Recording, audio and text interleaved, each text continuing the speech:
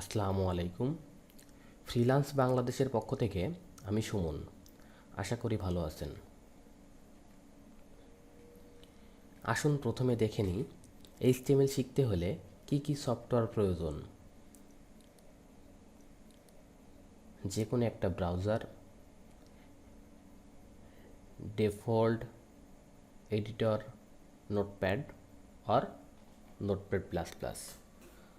আমি download link ডেসক্রিপশনে দিয়ে দিব, আপনারা ওখান থেকে ডাউনলোড করে নেবেন।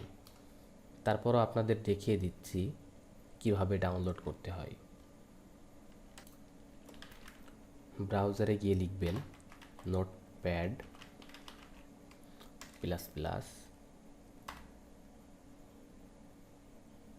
প্রথমে যে ওয়েবসাইটটা আসবে notepad++ এখানে ক্লিক করবেন। কারেন্ট ভার্সন এখানে ক্লিক করবেন।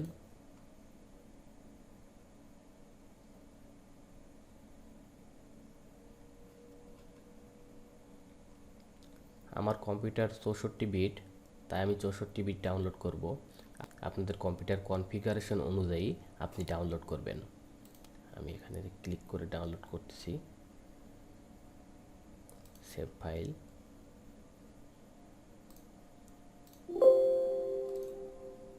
আমার অলরেডি ডাউনলোড করা আছে, তাই অ্যালার্ট দিচ্ছে। আপনারা কিভাবে বুঝবেন আপনার কম্পিউটার কত বিটের? মাই কম্পিউটার গিয়ে প্রপার্টিজ 64 বিট,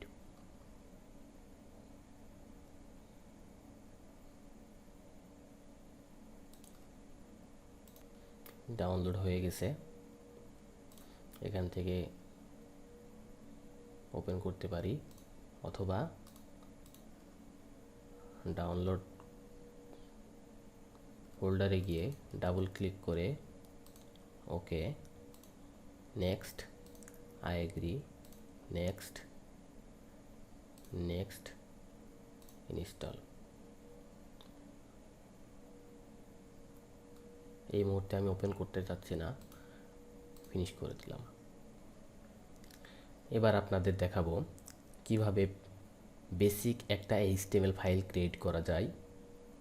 এইচটিএমএল ফোল্ডারের মধ্যে আমি নতুন একটা ফোল্ডার করে নিচ্ছি, পার্ট 2। এই ফোল্ডারে আমি নতুন একটা ফাইল ক্রিয়েট করব।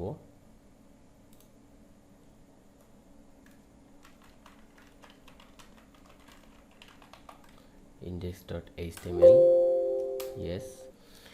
আপনাদের যদি index.html এই এক্সটেনশনটি না দেখা যায়, তাহলে কি করবেন? ভিউতে ক্লিক করবেন, ফাইল নেম এক্সটেনশন। আপনারা এটাতে অবশ্যই খেয়াল রাখবেন, এটাতে যেন টিক দেওয়া থাকে। আমরা বেসিক যে ফাইলটা ক্রিয়েট করেছি সেটা ডিফল্ট এডিটর এবং নোটপ্যাড প্লাস প্লাসে ওপেন করব। প্রথমে দেখাই কিভাবে নোটপ্যাড প্লাস প্লাসে ওপেন করব। index.html ফাইলটার ওপরে মাউসের রাইট বাটন ক্লিক করব, তারপর এডিট উইথ নোটপ্যাড। খুব সহজেই নোটপ্যাড প্লাস প্লাসে ওপেন করে ফেললাম। এবার দেখি এটা ডিফল্ট এডিটরে কিভাবে ওপেন করব। ওপেন উইথ,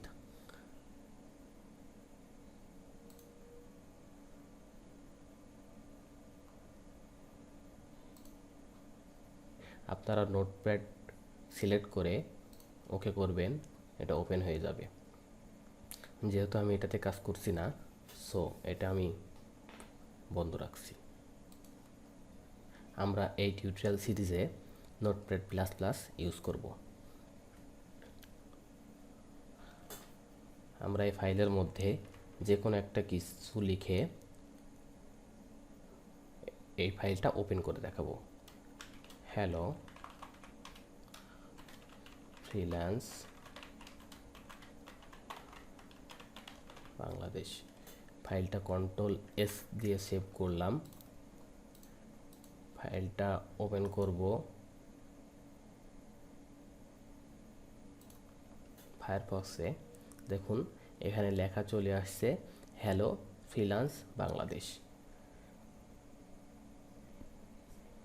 এরপরের ভিডিওতে আমরা HTML এর বেসিক স্ট্রাকচার নিয়ে আলোচনা করব। সে পর্যন্ত ভালো থাকবেন। ধন্যবাদ।